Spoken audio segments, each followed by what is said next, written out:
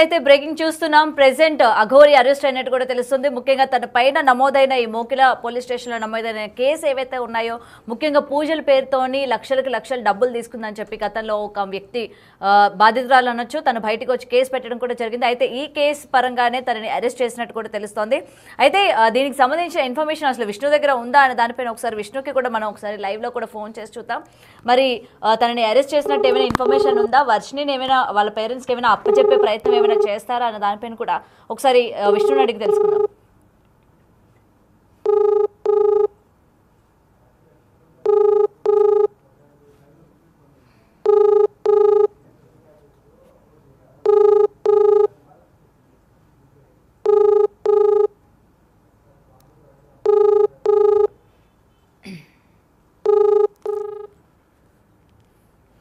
Right, అయితే మరోసారి call చేద్దాం.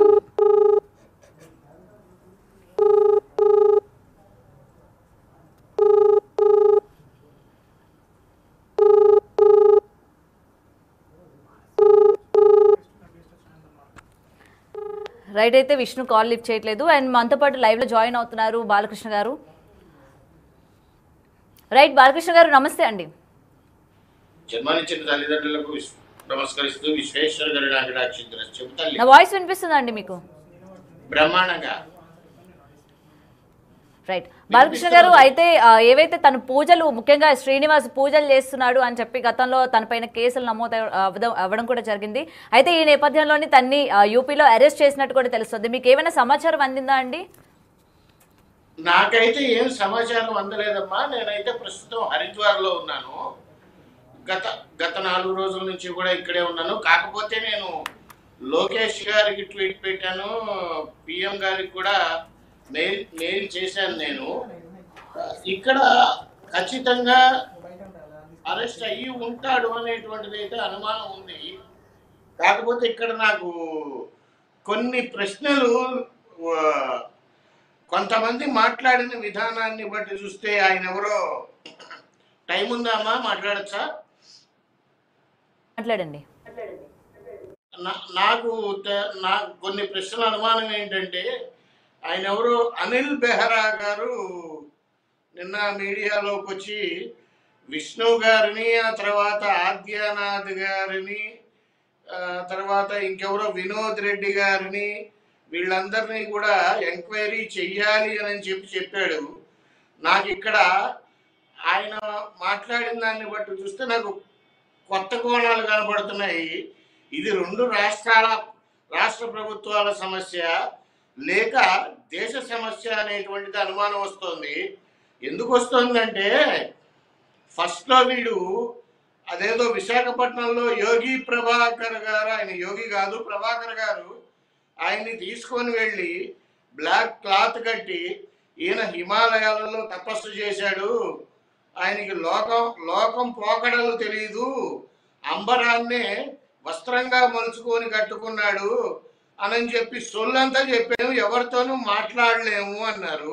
ఒక ఆడపిల్ల వచ్చి నీ మీద మాస్క్ వేసుకొని నీ మీద ఎలిగేషన్ చేసినప్పుడు దానికి గురువు గారి పర్మిషన్ అవసరమా? నాకు అర్థం కాల. వీళ్ళందరూ ఏంటి? వీళ్ళందరి మీద ఎంక్వైరీ చేయాలి. మన ఆయన పేరేంటి, ఆయన ఎవరు అనిల్ బెహ్రా గారు అన్నట్టు విష్ణు గారు, ఆద్యానాథ్ గారు, వినోద్ రెడ్డి గారు, ఆ తర్వాత యోగి ప్రభాకర్ గారు, రాజేష్ నాథఘోరా గారు, వీళ్ళ మీద కూడా ఎంక్వైరీ చేయాలి. డబ్బు లావాదేవీలా ఇంకా ఏమైనా ఉన్నాయా? చాలా కూలంకషంగా ఇంటరాగేట్ చేయాల్సిన అవసరం ఎంతైనా ఉంది.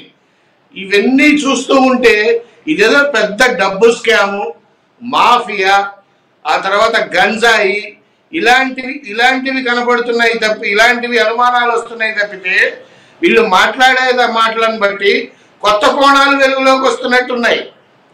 నేను జూనా అఖాడాలో కూడా చెప్పాను, జూనా అఖాడాలో కూడా కంప్లైంట్ ఇచ్చాను, పంచదశాన అఖాడాలో కూడా కంప్లైంట్ ఇచ్చాను. ఆ తర్వాత ప్రతి అఖాడా వాళ్ళకి ఇన్ఫర్మేషన్ వెళ్ళింది. వాళ్ళు యాక్షన్ తీసుకోరమ్మా,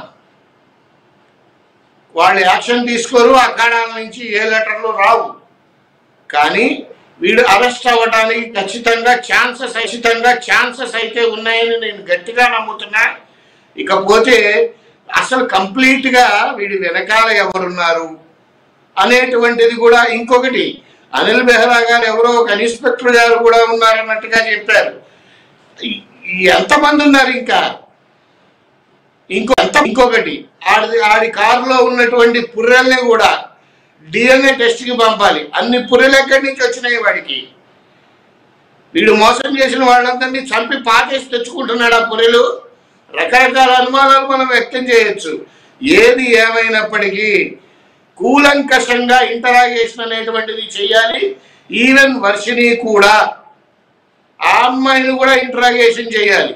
ఆ అమ్మాయికి మందు అలవాటు ఉందా, ఇది సిగరెట్ అలవాటు ఉందా, గంజాయి అలవాటు ఉందా, డ్రగ్స్ అలవాటు ఉందా, అంతకు ముందే ఉందా, వీటితో కలిసిన తర్వాత అలవాటు అయిందా, ఆ అమ్మాయిని కూడా జైల్లో వేయాలి. కాకపోతే అది మానసిక వైద్యశాలలో కూడా ఇంకొకసారి పరీక్షించాల్సిన అవసరం అయితే ఆవిడకి ఉంది. ఇక్కడ విచిత్రం ఏంటంటే ఎంకిపెళ్లి సుబ్బిచావుకు వచ్చిందని ఈ వర్షిని ఒకదానికి సమాధానం చెప్పండి. ఇప్పుడు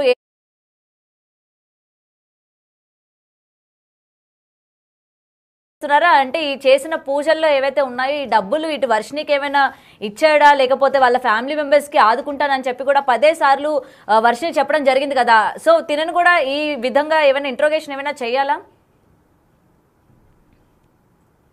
ఇప్పుడు ఎంకిపెళ్లి సుబ్బిసావుకు వచ్చిందని ఇది వాడి దగ్గరికి వెళ్ళా, వాడు వీడి దగ్గరికి వెళ్ళా, వాడికి చావు మూడినట్టు అనిపిస్తుంది. ఇక్కడ నిజంగానే వర్షిణిని కూడా ఇంటరాగేషన్ చేయాలి. అందులో అనుమానమే లేదు. ఎవరెవరు పెద్దలు ఉన్నారు. ఇంకా విచిత్రం ఏంటంటే ఈ శ్రీనివాస్ అనే దౌర్భాగ్యుడు 10 రోజులు ఎవరి ఇంట్లో ఉన్నాడు హైదరాబాద్లో అనేది కూడా నాకు తెలుసు. అవి ఇప్పుడు చెప్పడం బాగోదు. వీడికి చీర కట్టడం ఎవరు నేర్పారు అనేది కూడా తెలుసు నాకు. అవన్నీ ఇప్పుడు చెప్పడం బాగోదు. కాబట్టి వాడి అరెస్ట్ కన్ఫర్మేషనా కాదా అనేటువంటిది నాకు ఒక అరగంటలో ఇన్ఫర్మేషన్ వస్తుంది. దాన్ని బట్టి మాట్లాడదాం తల్లి. చెప్పమ్మా. అంటే గురువుగారు ఇప్పుడు మీరు చెప్పారు కదా 10 రోజులు ఎవరి ఇంట్లో ఉన్నానో మీకు తెలుసు అని చెప్తున్నారు కదా. అయితే ఇంత జరుగుతున్నా సరే ఇంకా శ్రీనివాస్ని నమ్మి ఇంట్లో పెట్టుకునే వాళ్ళు ఉన్నారంటారా? ఇప్పుడు కాదు, మొదట్లో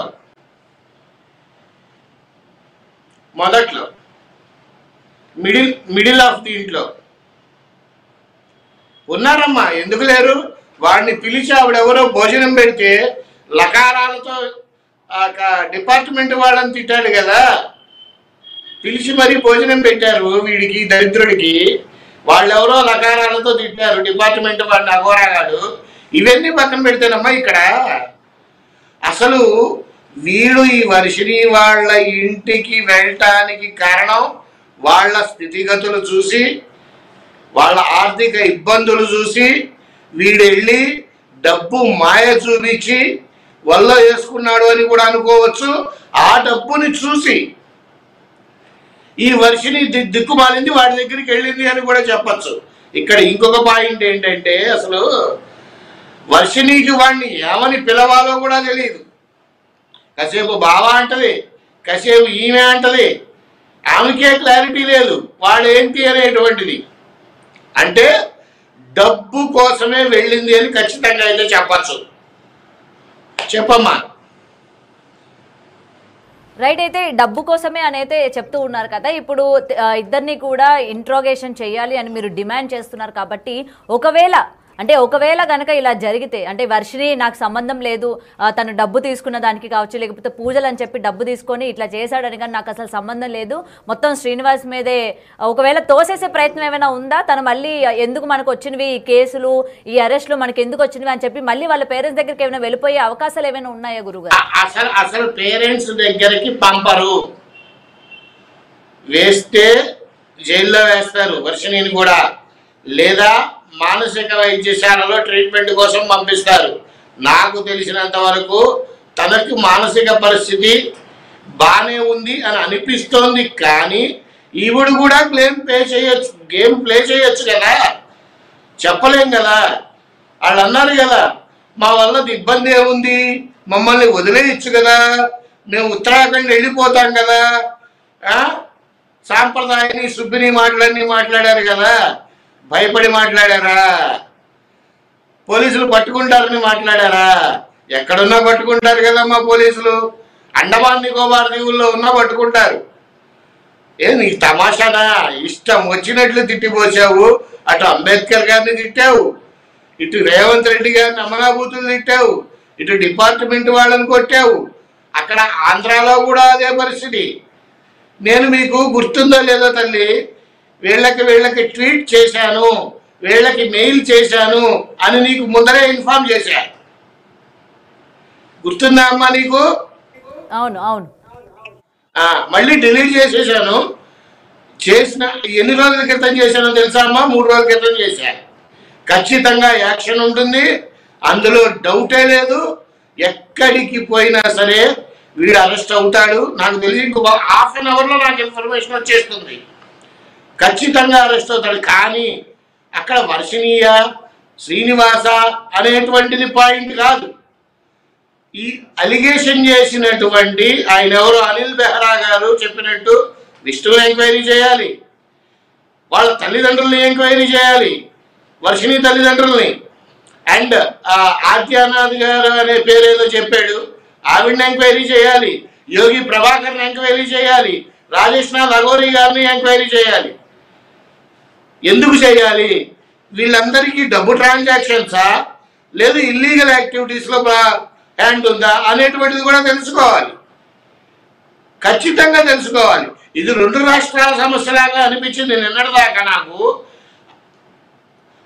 అనిల్ బెహ్రా గారు స్టేట్మెంట్ ఇచ్చిన తర్వాత ఇది దేశ సమస్య. అఘోరి కావచ్చు, లేకపోతే యోగి ప్రభాకర్ కావచ్చు, ఎందుకంటే స్టార్టింగ్ నుంచి కూడా ఇతని గురించి పాజిటివ్ గా ఉన్న వాళ్ళందరూ కూడా మెయిన్ గా ఉండడానికి రీజన్ ఈ డబ్బుల ట్రాన్సాక్షన్స్. ఇప్పుడు మీరు ఏదైతే అన్నారో ఈ డబ్బుల ట్రాన్సాక్షన్స్ గురించి ఏమైనా వాళ్ళకు కూడా వెళ్ళాయి అని అనుకుంటున్నారా? ఎందుకంటే ఆల్రెడీ యోగి ప్రభాకర్ కావచ్చు, లేకపోతే రాజేష్ నాథ్ కూడా కొంతవరకు డబ్బులున్న వ్యక్తే, సాధకులు ఆయన దగ్గరికి వస్తూ ఉంటారు అని చెప్పి కూడా పలుమారు సార్లు ఇటు వర్షిణి కుటుంబ సభ్యులు కూడా చెప్పడం జరిగింది.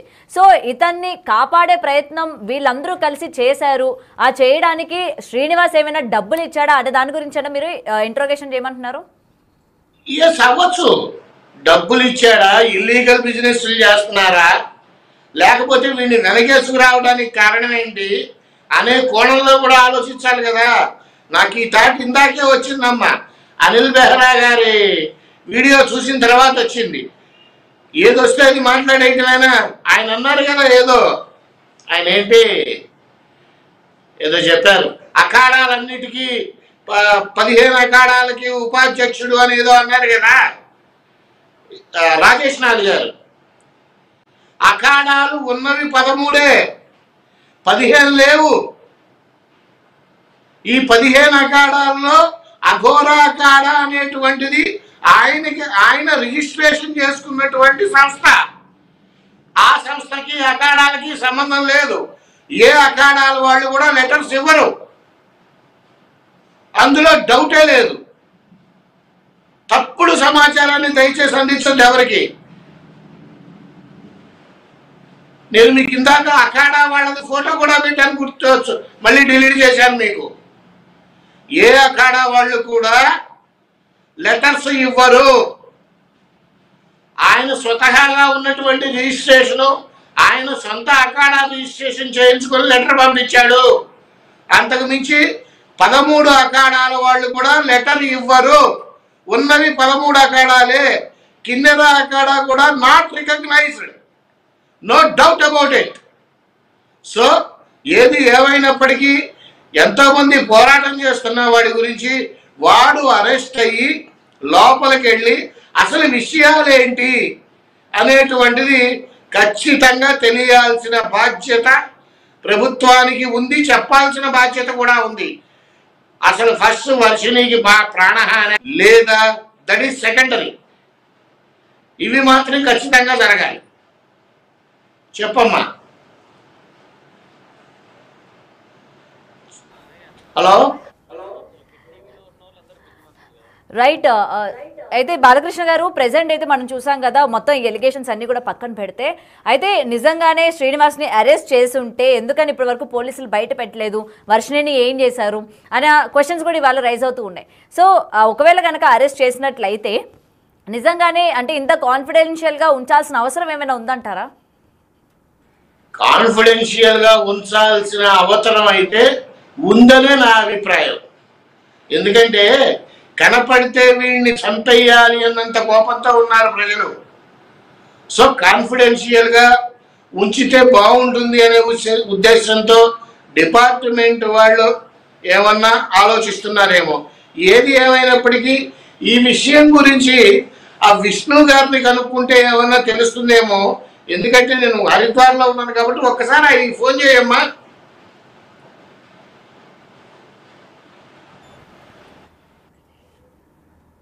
అయితే మీరు అన్నది కరెక్టే, విష్ణు గారికి కూడా మనం కాల్ చేయడం జరిగింది లైవ్లోని. బట్ ఏంటంటే ఆయన రెస్పాండ్ అవ్వాల. ఇదే దాని గురించి ఆయన అడుగుదాము, ఆయనకి ఏమైనా ఇన్ఫర్మేషన్ ఉందా. ఎందుకంటే అరెస్ట్ చేసిన వెంటనే వర్షిణి వాళ్ళ తల్లిదండ్రులు